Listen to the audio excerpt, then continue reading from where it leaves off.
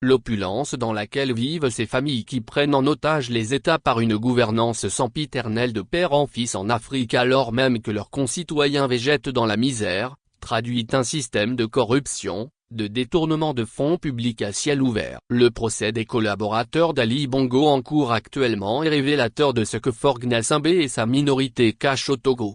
S'il y a une évidence qui lie l'actuel pouvoir de Lomé et à celui que Clotaire Oligui-Nguema a renversé le 30 août 2023, c'est l'accaparement du pouvoir politique par une seule famille.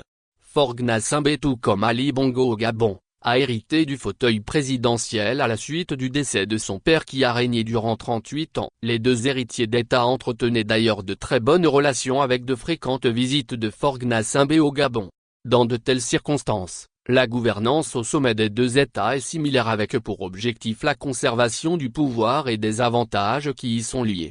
Quand Faure Gnassingbé a passé les 20 ans de son règne à installer et organiser une minorité pour s'accaparer des richesses du Togo, Ali Bongo pour sa part a mis en place sa Youan Team, c'est-à-dire un cercle de jeunes qui pillaient les ressources publiques et vivaient dans une opulence insolente.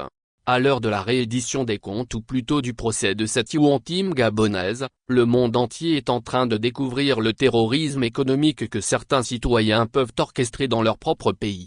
Le procès en cours au Gabon où plusieurs membres de la minorité d'Ali Bongo font face au juge, révèle la manière dont l'argent public est détourné sur des comptes privés, et surtout les flux illicites de capitaux que des agents de l'État peuvent organiser en toute impunité. À titre d'illustration, M.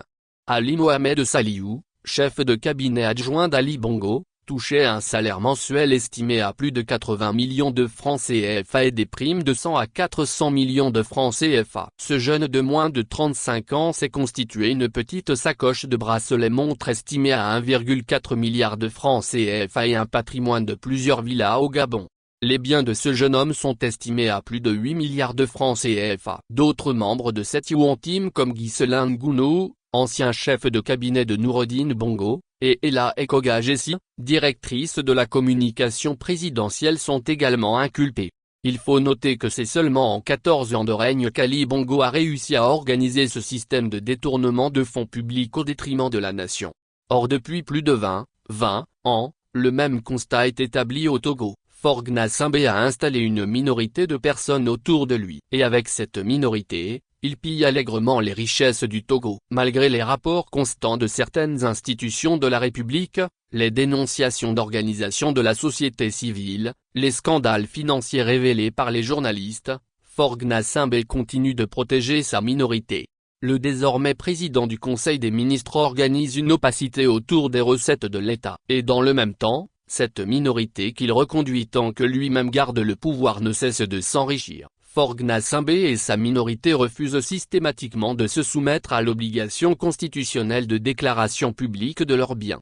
Que cache-t-il si ce n'est les milliards de francs détournés des comptes de l'État? Avec les similitudes entre la gouvernance de Faure Gnassingbé et celle d'Ali Bongo, il ne faut pas être un génie pour établir les déductions évidentes des révélations du procès en cours au Gabon.